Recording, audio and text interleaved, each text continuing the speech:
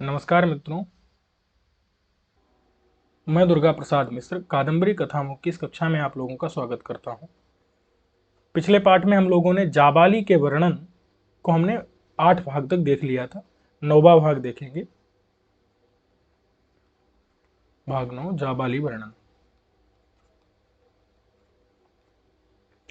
तो जाबाली के यहाँ पर कुछ विशेषण बताए जा रहे हैं कि मंत्रः क्रोध भुजंगस्य। जाबाली क्या है? क्रोध रूपी जो भुजंग है उसके मंत्र हैं। देखिए, भुजंग मतलब क्या होता है? भुजंग कहते हैं सांप को।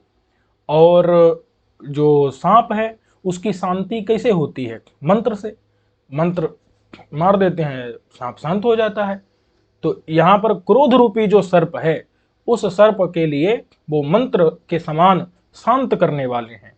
क्योंकि कोई भी व्यक्ति जब उनके पास पहुंचता है तो उसके अंदर शांति आ जाती है, उसका जो क्रोध है वो नष्ट हो जाता है। उसके जो चित्त की समस्या है, क्रोध क्या है? एक चित्त का कष्ट, तो उस वो शांत हो जाता है। तो क्रोध रूपी भुजंग के वो क्या है? मंत्र हैं।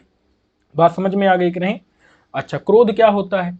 क्रोध वो चीज है, एक ऐसी बुद्धि जो मतलब आपकी आत्मा को क्या कर लेती है? अपने अधीन कर लेती है और फिर आप दूसरे का अहित चाहने लगते हैं। यही क्या है? क्रोध है।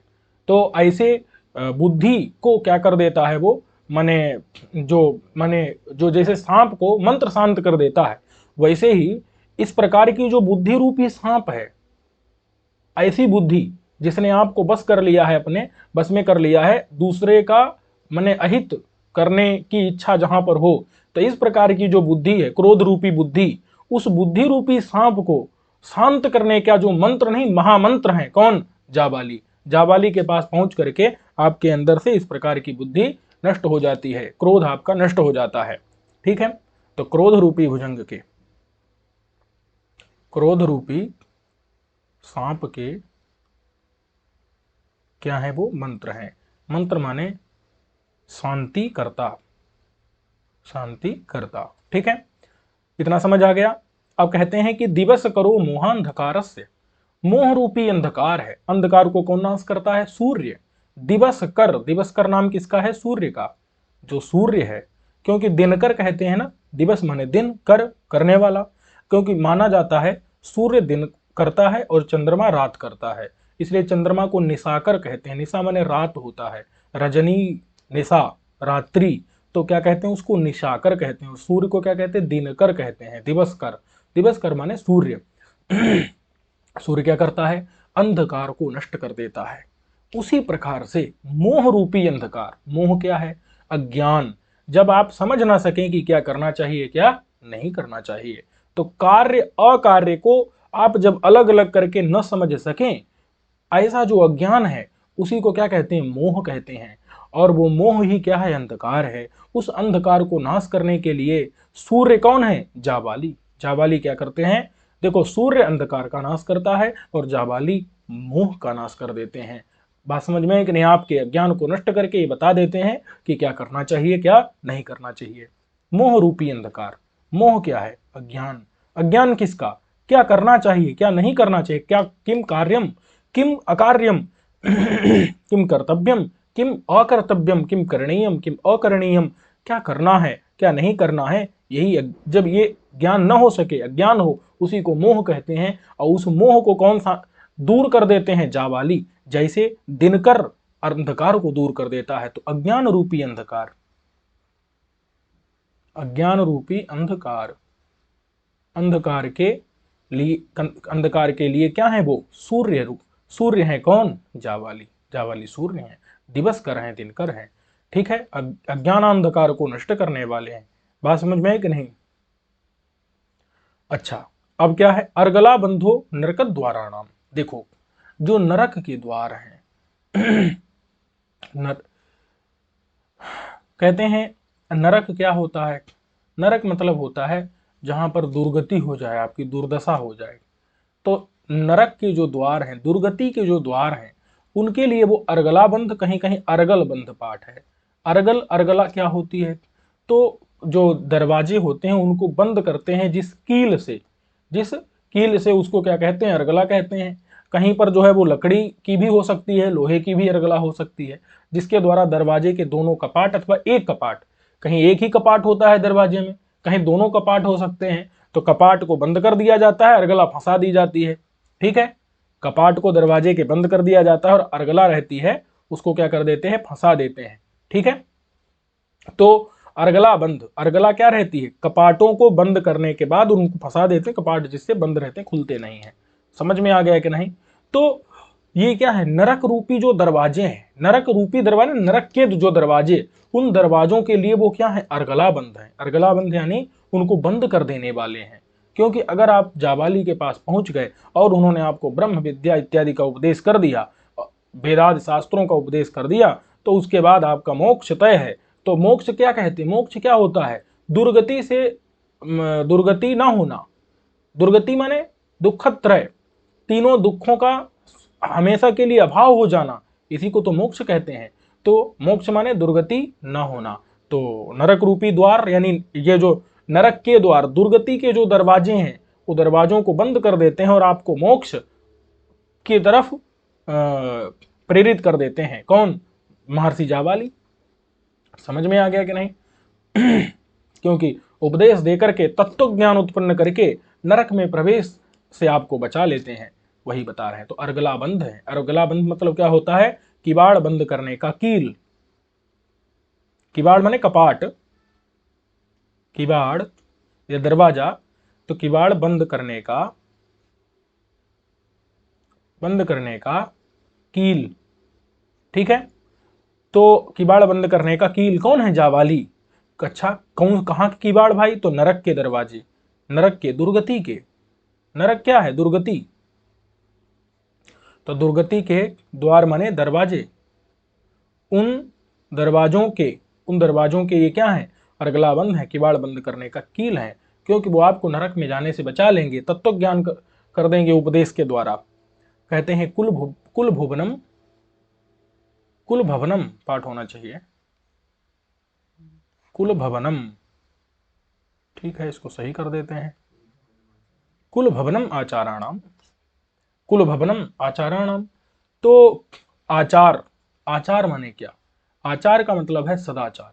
जो वेदादि शास्त्रों में विहित जो सदाचार है, उस सदाचार की ये कुल भवन है। आचार का मतलब सदाचार, जो वेदादि शास्त्र में विहित सदाचार है, उस सदाचार के, सदाचारों के कुल भवन है। देखो, एक होता है भवन, नया नया निर्माण हुआ हो जहां, जो नया भवन होता है, एक होता है कुल भवन, कुल माने परंपरा से जो चला आ रहा भवन है, बहुत पुराना जो घर होता है। तो सदाचार के ये, इनके अंदर नया नया सदाचार उत्पन्न नहीं हुआ है जाबाली के अंदर, बहुत पुराने समय से चला आ रहा है, यानी इनके तो बचपन से आ ही रहा है, और इनका भी जो कुल था, उस कुल में भी लगातार सदाचार चला आ रहा था। तो ये क्या है, ये पुराने, कुल माने होता है जो पुरातन, जो भवन है माने घर, ये सदाचार के पुराने घर हैं। बात समझ में आई कि नहीं? क्यों? क्योंकि इन्होंने मतलब ऐसा नहीं कि अभी नया नया सदाचार शुरू कर दिया हो, इन्होंने अपने पूरे जीवन भर, बाल्यकाल से लेकर के इन्होंने हमेशा क्या किया है, सदाचार ही किया है। कुल भवन है, कुल भवन माने पुराने, परंपरा से जो है पुराने घर, पुराना घर जो होता है ना, उसमें पुराना घर मतलब जिसमें बहुत पहले से लोग रह रहे हों, वही तो पुराना घर है। तो ये पुराने घर है जिसमें सदाचार जो है बहुत पहले से रह रहा है। सदाचार के क्या है, कुल भवन, कुल माने जो परंपरा से भवन माने घर हो, जिसमें बहुत पहले से जो है लोग रह रहे होते हैं। यहाँ सदाचार जो है वो बहुत पहले से इनके अंदर विद्यमान है, क्योंकि जीवन भर उन्होंने सदाचार का ही आचरण किया है। कहते हैं आयतनम मंगला नाम, ये मंगलों के क्या है, आयतन है। मंगलों के, मंगल क्या होता है, मंगल कहते हैं कल्याण, कल्याण, उस कल्याण के, मंगल के ये आयतन है। आयतन यानी कि आधार है। आयतन माने क्या होता है, आधार। तो माने इनके पास पहुंच जाओ तो आपका हर प्रकार से कल्याण हो जाएगा। मंगलों के, कल्याणों के क्या है, आयतन माने आधार है, क्योंकि इनके अंदर सारे कल्याण रहते हैं। आप पहुंच जाइए, आपका भी कल्याण कर देंगे। बात समझ में आई कि नहीं? आपको भी मोक्ष प्रदान करके आपका भी कल्याण हो जाएगा। समझ में आ गया कि नहीं? अब कहते हैं अभूमिर मदविकाराणाम। देखो, अभूमि क्या होता है? अभूमि कहते हैं अस्थान। देखो, एक होता है भूमि, भूमि मतलब होता है स्थान। स्थान किसे कहते हैं? जिसमें आदमी स्थित रहे, तो भूमि में आदमी स्थित रहता है, ठीक है। और अभूमि का मतलब होता है अस्थान, मतलब जिसमें स्थित न रहे। कौन स्थित नहीं है भैया? तो मद विकार। मद विकार, मद मतलब क्या होता है? अभिमान। मद यानी गर्व, अभिमान, अभिमान। मद कहते हैं ना, मदमत्त है ये आदमी, अहंकार युक्त है। तो मद माने अभिमान, अहंकार। तो अहंकार इत्यादि, अहंकार रूपी जो, अभिमान रूपी जो विकार है, विकार क्या? मानसिक विकार, मानसिक विकार। तो अभिमान, मद, ये क्या है? मानसिक विकार है। ये मानसिक विकार है। और ये जब रहता है ना, तो बहुत से विकार अपने आप आ जाते हैं। समझ में आया कि नहीं? तो इनके अंदर अभिमान का एक छोटा टुकड़ा भी नहीं है। ये जो है मद माने अभिमान रूपी मानसिक विकारों के, मानसिक विकारों के अभूमि है। अ माने नहीं, अभूमि माने स्थान। ये क्या है? अस्थान है। स्थान मतलब होता है वो जिसमें कोई रहे। ये या इनके अंदर मद विकार नहीं रहते। भूमि माने वो जिसके अंदर कुछ रहे। ये मद विकार के भूमि माने आश्रय, आधार, स्थान नहीं है, अपितु ये अभूमि है। इनके अंदर मद विकार नहीं रहते हैं। मद यानी अभिमान रूपी मानसिक विकार इनके अंदर नहीं रहते हैं।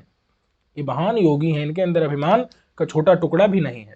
अच्छा, दर्शकः सत्पथानाम कहते हैं। देखो, दर्शक मतलब होता है दिखाने वाले। सत माने होता है अच्छा। सत माने अच्छा ही नहीं, सबसे अच्छा। कौन सा सबसे अच्छा मार्ग है? मोक्ष का मार्ग। सतपथ, सत माने होता है अच्छा, पथ माने होता है मार्ग। तो अच्छे मार्ग, बहुवचन है, अच्छे मार्गों के, अच्छे मार्गों के क्या है? ये दर्शक माने दिखाने वाले हैं, यानी उपदेश देने वाले हैं। अच्छे मार्गों को आपका गुरु क्या करता है? आपको उपदेश दे करके आपको अच्छे मार्गों को दिखा देता है। दर्शक माने दिखाने वाले, दिखाने वाले, दिखाने वाले मतलब उपदेष्टा, उपदेशक। अच्छे मार्गों के क्या है? ये महर्षि जावाली दर्शक यानी दिखाने वाले हैं, उपदेशक हैं। सतपथ माने, सत माने होता है अच्छे, पथ माने मार्ग। तो अच्छे मार्गों के क्या है? ये दर्शक यानी दिखाने वाले हैं, उपदेशक हैं। उत्पत्ति साधुता, यह इतना समझ में आ रहा है कि नहीं? क्योंकि ये सभी लोगों का हित चाहते हैं। कोई भी व्यक्ति इनके पास पहुंचे, ये सबको अच्छे मार्ग दिखाते हैं।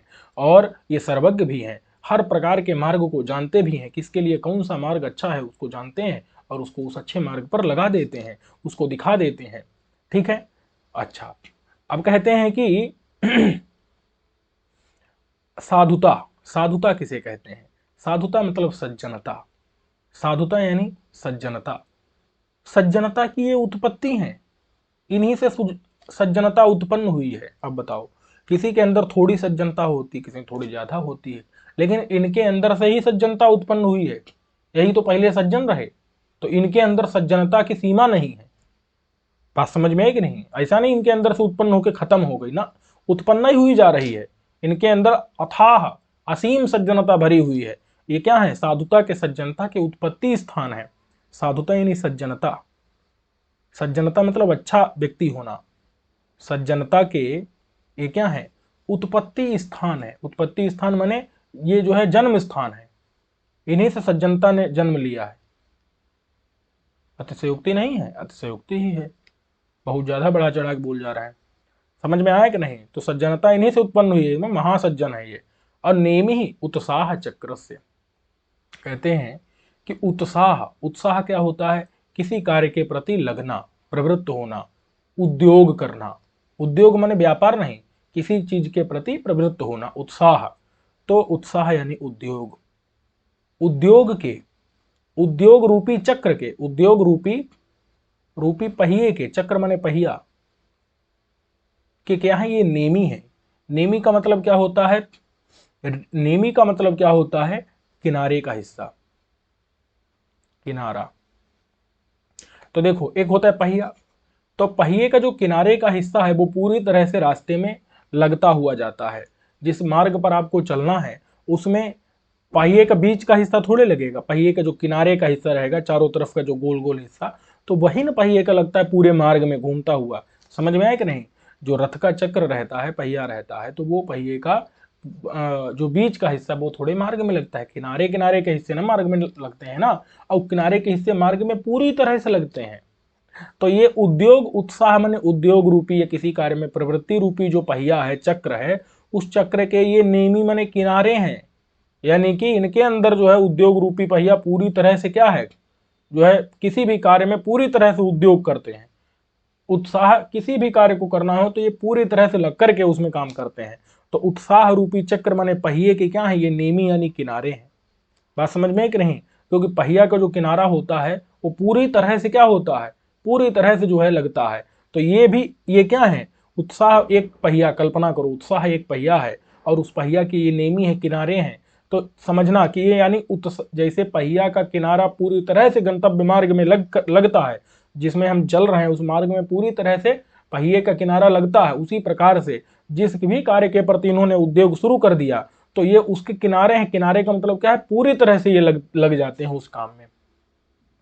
तो यही अर्थ है यहां पर। कहते हैं आश्रय सत्वस्य, ये सत्व के क्या है, आश्रय हैं। इतना समझ में, इतना आ गया कि नहीं आ गया, कि पूरी तरह से किसी भी कार्य में लगते हैं तो उसकी चरम सीमा तक ये जो है पहुंचते हैं और पूरी तरह से उस कार्य में लग जाते हैं। चलिए अब कहते हैं कि सत्व, सत्व एक गुण होता है। सत्व गुण, रजोगुण, तमोगुण, 3 गुण आपने सुने होंगे, जिनमें सत्व गुण जो है अच्छा माना गया है। सबसे अच्छा क्या है, सत्व गुण। क्योंकि सत्व गुण जिसके अंदर होता है तो उसके सत्वम, लघु प्रकाशकम इत्यादि, और सत्वगुण संपन्न व्यक्ति वही तो योगी इत्यादि हो सकता है, रजोगुणी तमोगुणी थोड़ा ही होगा। तो ये क्या है, ये महायोगी हैं, ये महान ऋषि हैं, तो निश्चित रूप से इनके अंदर सत्वगुण जो है अधिक मात्रा में होगा। तो सत्वगुण के ये क्या है, आश्रय हैं, आधार हैं। इन्होंने अपने रजोगुण को और अपने तमोगुण को, दोनों गुणों को क्या कर दिया है, दबा दिया है। बात समझ में आ गई कि नहीं? सत्व गुण के क्या है, ये आश्रय है, यानी सत्व गुण इनके अंदर प्रधान रूप से विद्यमान है। सत्व गुण के आश्रय माने आधार है, यानी सत्व गुण जो है इनके अंदर प्रधान रूप से विद्यमान है। प्रतिपक्ष कलिकालस्य, कलिकाल के ये प्रतिपक्ष हैं।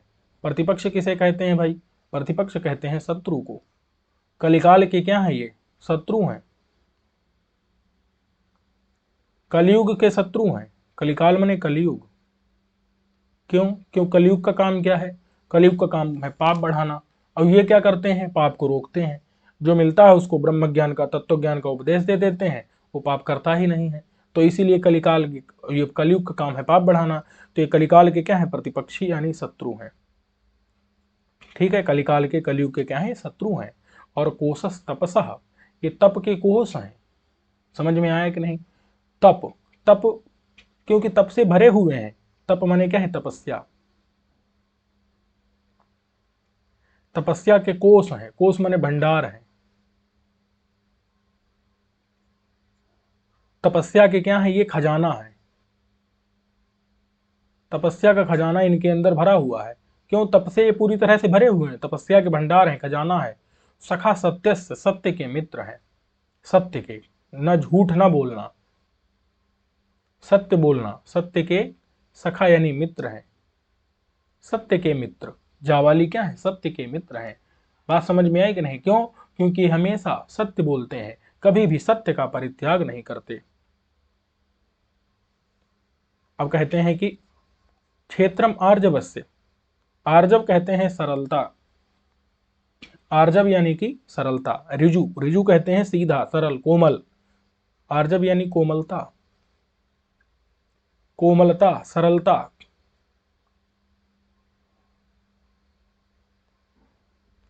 सरलता, सरलता के क्या है, ये क्षेत्र है। क्षेत्र यानी कि स्थान, खेत। कोमलता सरलता के क्या है, ये स्थान है, भूमि है। तो कोमलता सरलता कहाँ रहती है, इनके अंदर रहती है। कोमलता इनके अंदर स्थित रहती है, इसलिए कोमलता के स्थान है। कोमलता इनके अंदर उत्पन्न होती, कोमलता के क्षेत्र हैं, कोमलता की ये जगह है, इनके अंदर कोमलता रहती है, सरलता रहती है। आर्जव यानी कोमलता। समझ में आया कि नहीं? क्योंकि हर समय ये सरल ही दिखते हैं, बहुत कठिन कठोर व्यवहार नहीं करते हैं। अब कहते हैं पूर्ण, पूर्ण संचय के, पूर्ण कहते हैं धर्म, धर्म का संचय यानी समुदाय, समूह। तो धर्म समूह के ये क्या है, प्रभव है। प्रभव यानी उत्पत्ति स्थान। धर्म का समूह इनसे उत्पन्न होता है।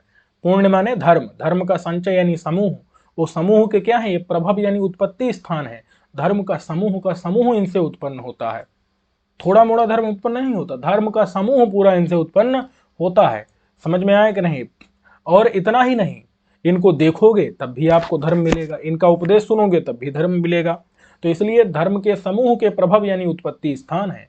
अदत्तावकाशो मत्सरस्य। मत्सर मतलब क्या होता है? मत्सर कहते हैं दूसरे की उन्नति से जलना, दूसरे की उन्नति से आपको कष्ट हो। समझ में आया कि नहीं? अन्य के कल्याण से होने वाला जो द्वेष, आपको द्वेष हो जाए किसी से, द्वेष यानी कि क्रोध, दूसरे के ऊपर आपको माने अन्य के कल्याण से जलन हो रही है, यही मत्सर है। तो उस मत्सर के, द्वेष के क्या है? अदत्तावकाश है। अदत्तावकाश यानी जिन्होंने अपने पास जगह नहीं दी। अ माने नहीं, दत्त माने दी, अवकाश माने जगह। ऐसे कौन है? जाबाली। जाबाली ने अन्य के कल्याण से जो द्वेष होता है उस द्वेष को जगह नहीं दी जाबाली ने। अदत्तावकाश, अवकाश माने जगह, स्थान, अपने पास मत्सर को स्थान नहीं दिया। मत्सर किसे कहते हैं? अन्य के कल्याण से द्वेष हो, आपको अन्य की उन्नति देख के जो ईर्ष्या जलन हो रही है, मत्सर है, उस मत्सर को इन्होंने अपने पास जगह नहीं दी है। क्यों? क्योंकि ये किसी से भी, किसी के भी कल्याण से इनको कोई द्वेष नहीं है, सब लोगों का कल्याण हो। बात समझ में आई कि नहीं? किसी अन्य के कल्याण से इनको कोई द्वेष नहीं है, सबका कल्याण हो। तो मत्सर यानी किसी अन्य का कल्याण से द्वेष जो होता है वो द्वेष इनके अंदर नहीं है, सबका कल्याण हो। अरातिर विपत्ति है, विपत्ति के ये क्या है? अराती यानी शत्रु हैं। विपत्ति कहते हैं आपदाएं, विपत्ति यानी कष्ट, समस्या। विपत्ति तो समझते हैं ना सब लोग, कष्ट, समस्या हो जाए किसी को। आपदा, आपत्ति, विपत्ति, आपदा। तो कुछ लोग आपदा में भी अवसर खोजते हैं ना, तो आपदा क्या है? समस्या, विपत्ति, कष्ट, उसके क्या है? उसके ये क्या है? आराती यानी शत्रु हैं। ठीक है, आपदा समस्या के क्या है? ये शत्रु हैं। समझ में आया कि नहीं? क्यों? क्योंकि अपने तेज से ये क्या करते हैं? सभी लोगों की विपत्तियों को, सभी की समस्याओं को दूर कर देते हैं। अस्थानम परिभूते है। किस, समझ में आ गया कि नहीं? अराती यानी शत्रु है, विपत्ति, समस्या, आपदा के, किसी की भी समस्या आपदा हो ये अपने तेज से, अपने तप के प्रभाव से उसको नष्ट कर देते हैं। इसलिए विपत्ति के क्या है? अराती यानी शत्रु है। परिभूति यानी अनादर, अपमान, अपमान के अस्थान है। अस्थान का मतलब है माने स्थान, माने स्थान है, स्थान नहीं है। अपमान का स्थान कौन होता है? जिसने कोई गलत काम किया हो, जिसने कोई दोष किया हो, उसका अपमान होता है। तो परिभूति यानी अपमान का स्थान वो होता है जिसने कभी कोई दोष किया हो। इन्होंने कभी कोई दोष नहीं किया है, ये क्या है? दोष रहित है, इसलिए अपमान के स्थान नहीं है। अपमान के स्थान नहीं है, क्यों? ये दोष रहित है, इन्होंने कभी कोई दोष किया ही नहीं, तो इनका अपमान नहीं किया जा सकता। अननुकूलो अभिमानस्य, कहते हैं कि जो अभिमान है, ठीक है, अभिमान, अभिमान के क्या है? ये अभिमान माने अहंकार, अहंकार के अननुकूल है। अननुकूल का मतलब क्या है? न बताने वाले। अननुकूल माने विरोधी। अभिमान के क्या है? ये विरोधी हैं। क्यों? क्योंकि सभी लोगों को कहते हैं ये कि अभिमान त्याग दो। अपने आप तो अहंकार करते ही नहीं है, और लोगों को भी क्या कहते हैं कि आप सब लोग अभिमान त्याग दीजिए, कोई भी व्यक्ति अभिमान मत करिए। तो अभिमान के क्या है? ये अननुकूल माने विरोधी हैं। ठीक है, और असंगतो दैन्य से, दीनता के क्या है? ये असंगत है। ठीक है, दीनता। अच्छा, कहीं कहीं पर जो है असंगतो दैन्य से ऐसा पाठ नहीं है, कहीं कहीं पर क्या है?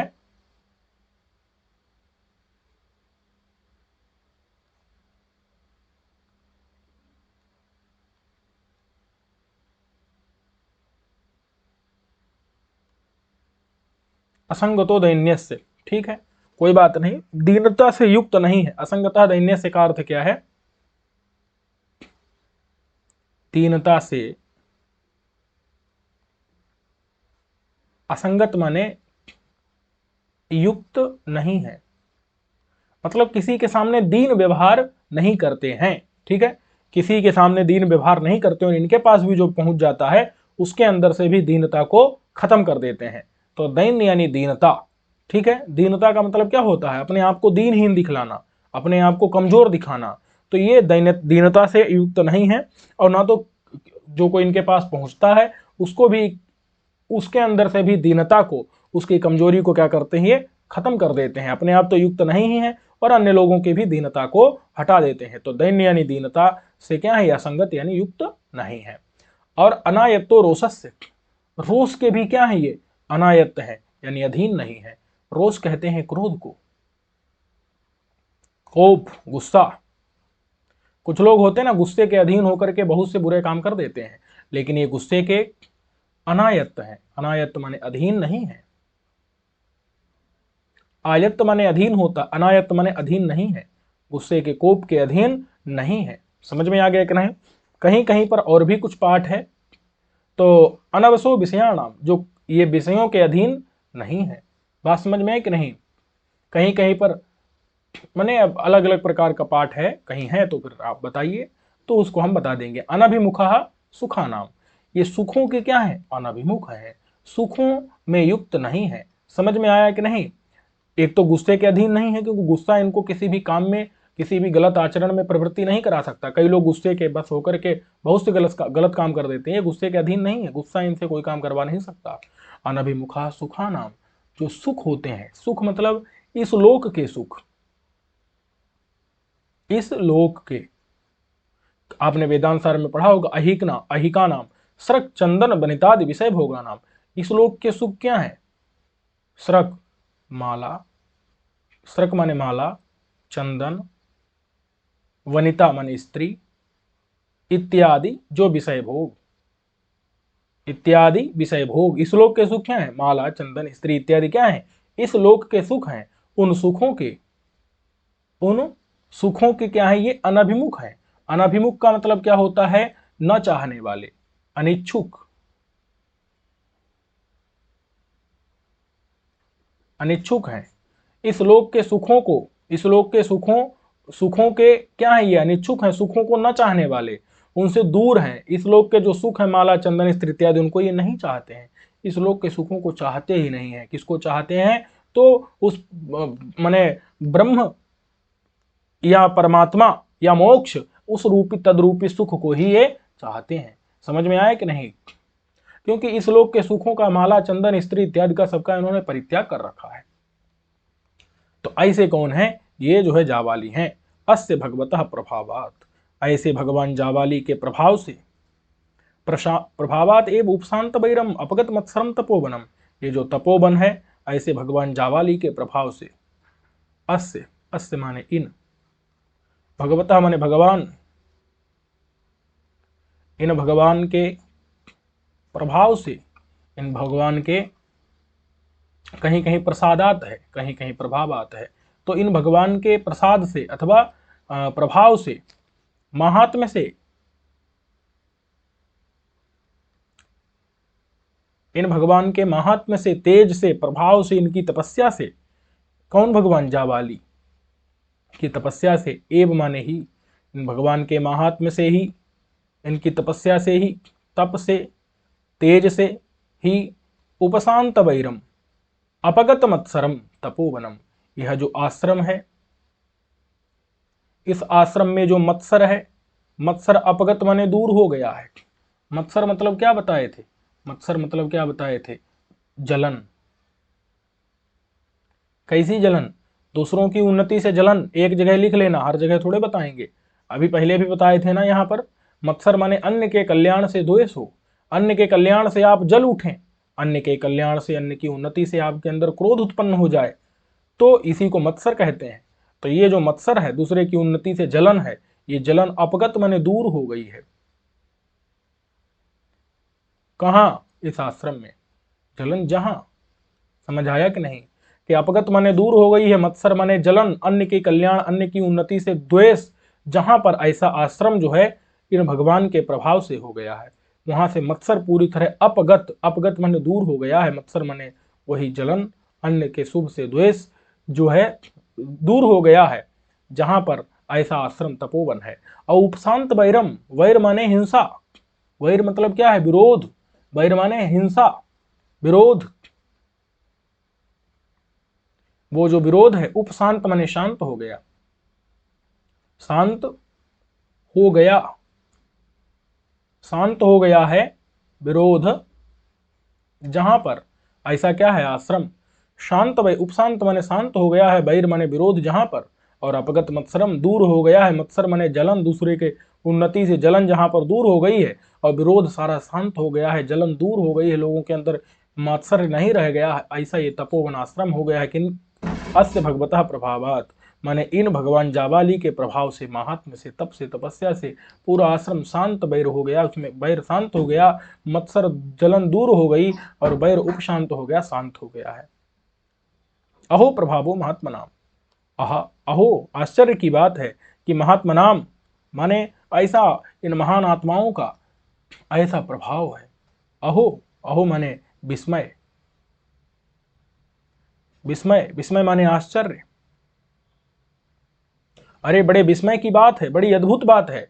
क्या कि महात्मा नाम प्रभाव, ये जो महात्मा है, महानुभाव है, ये क्या है, महान लोग हैं, महान लोग, महान आत्मा है, इन महान लोगों का प्रभाव, प्रभाव यानी महात्म्य, इन महान लोगों का महात्म्य तो देखो, इन महान लोगों का महात्म्य तो देखो, इन महान लोगों का तेज तो देखो, इन महान लोगों का तप तो देखो। ये कितनी बड़ी बात है कि जो सांप और नेवला परस्पर विरोधी हैं, एक साथ में बैठे हैं, शेर और हिरन परस्पर विरोधी हैं, एक साथ में बैठे हैं। बात समझ में आई कि नहीं, मोर और सांप विरोधी हैं लेकिन एक साथ में बैठे हैं। बात समझ में आई कि नहीं, इन महान लोगों का प्रभाव तो देखो, शेर और हिरन साथ साथ में खेल रहे हैं। अहो प्रभावो महात्मा नाम, बड़े विस्मय की बात है, आश्चर्य की बात है। महात्मा नाम माने महान लोगों का प्रभाव, माने महात्म तेज तप तो देखो जरा, इन महात्मा नाम महान लोगों का, महात्माओं का प्रभाव, महात्म तप तेज महात्म प्रभाव देखो तो जरा इनका। बात समझ में है कि नहीं, किस प्रकार से इनका प्रभाव है उस बात को बता रहे हैं। अत्र ही शाश्वतिकम विरोधम अपहाय, शाश्वतिक जो विरोध है, शाश्वतिक विरोध क्या है, हमेशा का जो विरोध है। बात समझ में आई कि नहीं। अत्र ही माने क्योंकि, क्योंकि देखो तो जरा, अत्र माने यहां, यहां कहां, आश्रम में, यहां कहां, आश्रम में, शाश्वतिकम अपहाय विरोधम, जो शाश्वतिक विरोध है, शाश्वतिक माने सनातन विरोध है, सनातन कहते हैं ना, सनातन, जो हमेशा, हमेशा का विरोध है, माने पूरे जीवन भर का, पूरे जन्म जन्मांतर का, या पूरी सृष्टि के शुरू से जो विरोध है, विरोध माने वैर है, उस वैर को, उस वैर को अपहाय माने छोड़कर, उस वैर को छोड़ करके उपशांत आत्मान, यानी जो उपशांत आत्मान का मतलब है उपशांत हो गया है चित्त जिनका, उपशांत यानी विरोध शून्य, वैर शून्य, उपशांत माने वैर रहित, आत्मा माने चित्त, चित्त मन वाले, ठीक है।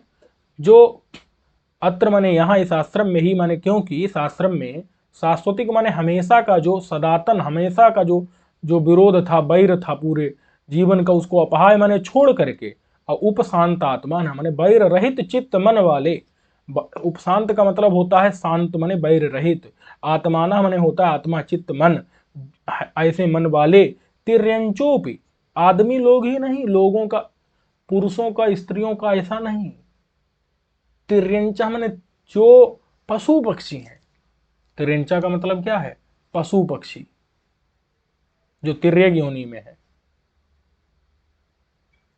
ऐसे वैर रहित चित्त वाले कौन हो गए, पशु पक्षी भी, अपी माने भी, पशु पक्षी भी, तपोवन बसति सुखम अनुभवन्ति, तपोवन में निवास के सुख को अनुभव करते हैं।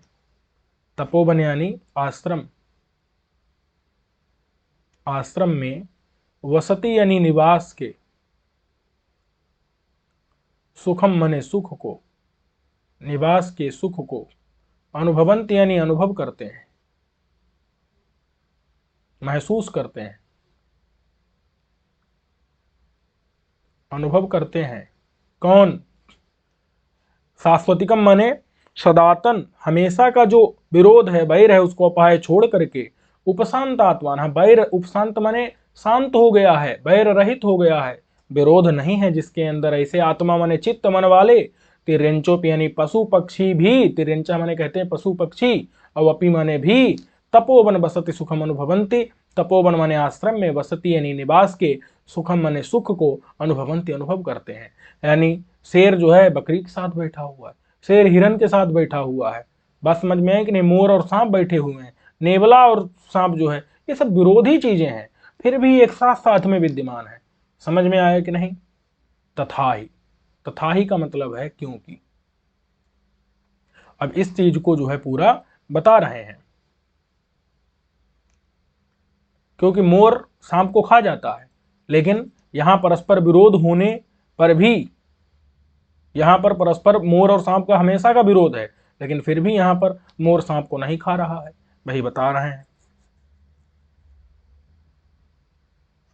तथा ही माने क्योंकि, एस माने यह, अहि माने सांप, यह सांप, निस्संकम माने बिना डर के, निह कहते हैं बिना, शंका माने डर, बिना, शंका माने डर के, बिना डर के, विसति माने प्रवेश कर रहा है,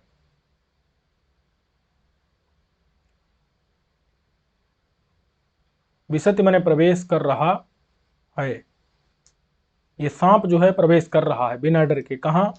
तो कहते हैं सिखिना, सिखिना कहते हैं मोर को। बात समझ में है कि नहीं? सिखिना मतलब क्या होता है? मोर, मोर के कलापम, कलाप कहते हैं पूंछ में, मोर की जो पूंछ, उस पूंछ में, तो मोर रहता है ना, उसकी जो है पूंछ रहती है, पूंछ। बात समझ में है कि नहीं? तो वो पूंछ रहती है, उसमें कई पंख रहते हैं, वो पंख रहते हैं तो वहां पर छाया मिल जाती है, छाया मिल जाती है, इसलिए सांप जो है आतपाहतः, आतप, आतप कहते हैं धूप, धूप से, आहत माने मारा गया, तो कोई व्यक्ति धूप से मारा गया का मतलब ये नहीं है कि धूप से मर ही गया है सांप, मर नहीं गया है, अपितु धूप से तप गया है एकदम। तो आतप यानी धूप से, आहत माने मारा गया, माने धूप से तपा हुआ बेचारा सांप, निसंकम माने बिना डर के, सिखिना माने मोर के, कलाप माने पूंछ में, विसति माने प्रवेश कर रहा है। बात समझ में आ गई कि नहीं? अच्छा, अब जो है ये जो मोर का पूंछ है वो कैसा है? मोर के पूंछ के विशेषण को बता रहे हैं कि ईब माने मानो,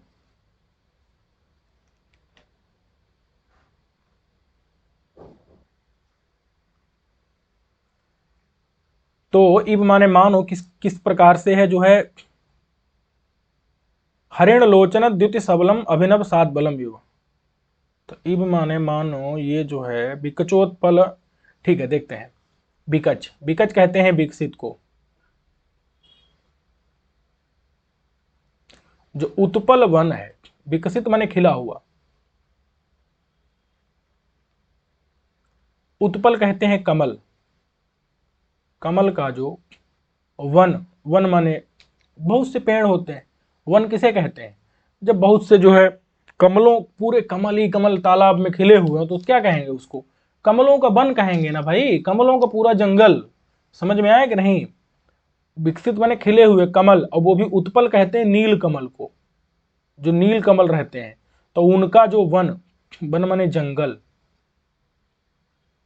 बात समझ में है कि नहीं? देखो असल में जो इसकी पूंछ रहती है ना, पंख, अरे पूंछ माने पंख, अरे मोर की पूंछ क्या? मोर के पंख, वो पंख कैसे रहते हैं, एकदम नीले नीले रहते हैं कि नहीं, नीले काले रहते हैं। तो विकच माने विकसित, जो खिले हुए, उत्पल माने कमल, कमल का जो उत्पल माने नील कमल, उन कमलों का जो वन है, जंगल है, उस जंगल की जैसी रचना होती है। उस जंगल की रचना, रचना कहते हैं बनावट को, उस जंगल की जैसी बनावट होती है, सृष्टि होती है, उस जंगल की जैसी जो है बनावट होती है, सृष्टि होती है, उसके सदृश अनुकारी, यानी कहते हैं सदृश को। हमने 50 बार बता चुके होंगे, अनुकारी माने सदृश होता है, अनुकरण करने वाला माने सदृश। तो ये कौन है, मोर का कलाप, कलाप माने ये पूंछ, पंख, इसका विशेषण दे रहे हैं यहाँ पर कि विकच माने खिले हुए, विकसित जो उत्पल माने नील कमलों का जो वन है, जंगल है, उसकी जो रचना बनावट है, सृष्टि है, उसके अनुकारी, उसके समान जो है ये जो है मोर की सिखना माने मोर की, कलाप माने पूंछ है। ठीक है, और कैसी है, तो उत्पतत चारु चंद्र शतकम, क्या है, उत्पतत, उत्पतत,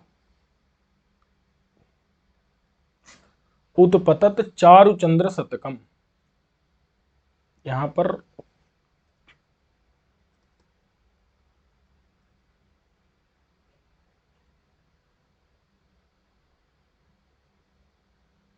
उत्पतत चारु चंद्र शतकम, ठीक है, उत्पतत चारु चंद्रक शतम।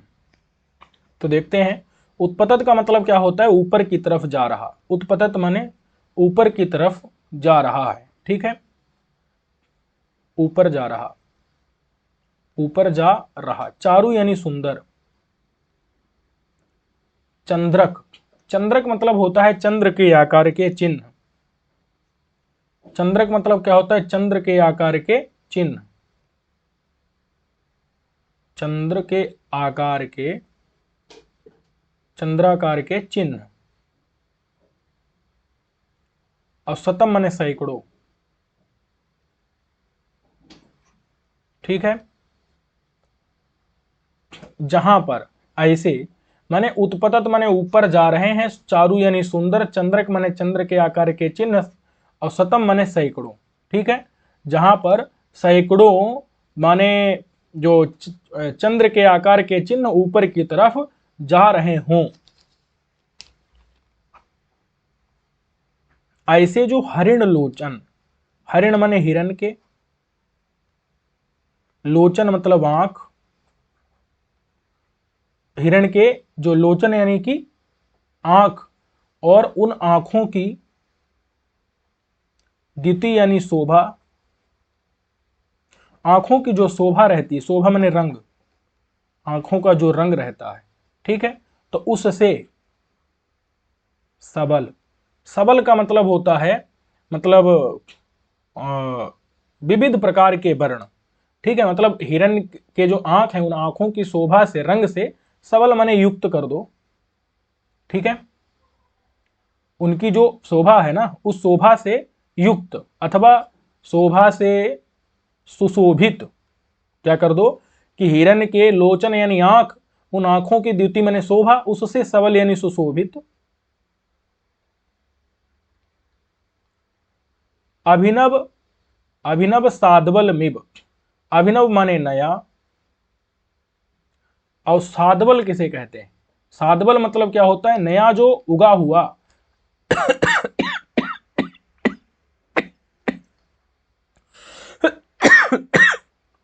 जो घास का नया उगा हुआ, नया उगा हुआ, साधवल माने घास का, नया उगा हुआ जो घास का अंकुर, अंकुर। अब थोड़ा यहां समझना पड़ेगा कि जो मोर के पंख हैं, वो मोर के जो कलाप है, पूंछ है, पंख है, वो एक तो विकसित माने विकच माने विकसित, खिले हुए, उत्पल माने कमल, नील कमल का जो वन है, उसकी रचना माने बनावट के अनुकारी सदृश है। ठीक है, खिला हुआ नील कमल के समान मोर के पंख हैं, दिक्कत नहीं है। लेकिन अब जो है इब माने मानो, ऐसा है वो अभिनव साधवल की तरह, नए उगे हुए घास के अंकुर हों, मोर के पंख नहीं है वो, मानो नए उगे हुए, अभिनव माने नया, नया उगा हुआ जो साधवल माने घास के जो अंकुर होते हैं, यानी कि जो छोटे छोटे से उत्पन्न होते हैं अंकुर, माने नवीन जो तृण कह सकते हैं, या जो भी उत्पन्न होता है घास का अंकुर, यानी छोटा छोटा अंकुर जो उत्पन्न होता है, तो उसके समान मोर के पंख हैं। अच्छा, वो घास के अंकुर कैसे हैं या मोर के पंख कैसे हैं? तो बता रहे हैं कि हरिण लोचन द्युति सबलम, जो हिरण के लोचन माने आंख, उन आंखों की जो द्युति माने शोभा रंग होता है, उस रंग से जो है सबल माने सुशोभित मोर के पंख हैं। ठीक है, देखो कल्पना करना है कि घास है, घास में हिरन लेटा हुआ है, तो वहां पर हिरन की आंख भी होंगी, तो उनसे क्या होगी, उनकी शोभा निकल माने उनका एक रंग होगा, उनकी एक कांति होगी, आंखों की एक चमक होगी। अच्छा, वहीं पर नई नई उत्पन्न घास भी है। तो अब मोर के पंख को देख के कवि को ऐसा लग रहा है कि घास है नई नई, और जिसमें लेटा हुआ है हिरन, और जिस उस हिरन के आंखों के रंग से जो है वो वहां घास, तो माने जो घास है उसका भी अपना रंग है, हरा रंग है, और हिरन के जो नेत्र हैं, आंखें हैं, लोचन है, उनकी द्युति से वो युक्त है, माने जो नया उत्पन्न घास है उसके समान मोर के पंख लग रहे हैं। और उत्पतत माने ऊपर जाते हुए, चारु यानी सुंदर, जैसे चंद्र के आकार के सैकड़ों चिन्ह, चंद्रक माने चंद्र के आकार के, शतम माने सैकड़ों, उत्पतत माने ऊपर की तरफ जा रहे हैं, चारु यानी सुंदर, ऊपर की तरफ जा रहे सुंदर, चारु माने सुंदर, चंद्र के यानी चंद्र के आकार के चिन्ह, शतम माने सैकड़ों चिन्ह जो है ऊपर की तरफ जा रहे हों ऐसा लगता है, क्योंकि मोर के पंखों को देख करके उसके पंखों में विशेष प्रकार के चंद्र के आकार के चिन्ह होते हैं, और वो ऐसा लग रहा है कि ऊपर की तरफ जो है जा रहे हों। तो उत्पतत माने ऊपर की तरफ जाते हो, चार सुंदर चंद्राकार, चंद्र के आकार के, शतम माने सैकड़ों चिन्ह ऊपर की ओर जाते हुए लग रहे हैं। मोर की पूंछ को देख करके कभी कल्पना कर रहा है, और वो ऐसे लग रहे हैं जैसे हिरन के लोचन यानी आंखों की द्युति माने शोभा से सबल माने युक्त, रंग बिरंगी, जो अभिनव माने नए उगे हुए, साधवल माने घास का, अंकुर हो, इब माने मानो अंकुर हो, ऐसा है सिखना माने मोर का कलाप, पूंछ, पंख, और उसके अंदर आतपाहत माने धूप से, आहत माने वही संतप्त, तपा हुआ, मारा गया, जो आई माने सांप है, धूप से एकदम जो मरणावस्था में पहुंच गया है, वो निस्तंकम माने बिना डर के मोर के पंख में विसति माने प्रवेश कर रहा है। अब बताओ, मोर और सांप का तो हमेशा का बैर है, मोर तो सांप को खा जाएगा, लेकिन फिर भी जो है वो प्रवेश कर रहा है बिना डर के। क्यों? महर्षि जाबाली का प्रभाव है कि वहां पर जो पशु पक्षी हैं वो भी अपने विरोध को छोड़ करके, बात समझ में है कि नहीं, पशु पक्षी जो हैं वो भी अपने विरोध को छोड़ के, मोर सांप अपना विरोध भूल गया है और आश्रम में रह रहा, आश्रम के निवास का सुख ले रहा है। बात समझ में आ गई कि नहीं? तो इसी प्रकार से जो है शेरनी के स्तन को हिरण का बच्चा पी रहा है, इसी प्रकार से जो है ये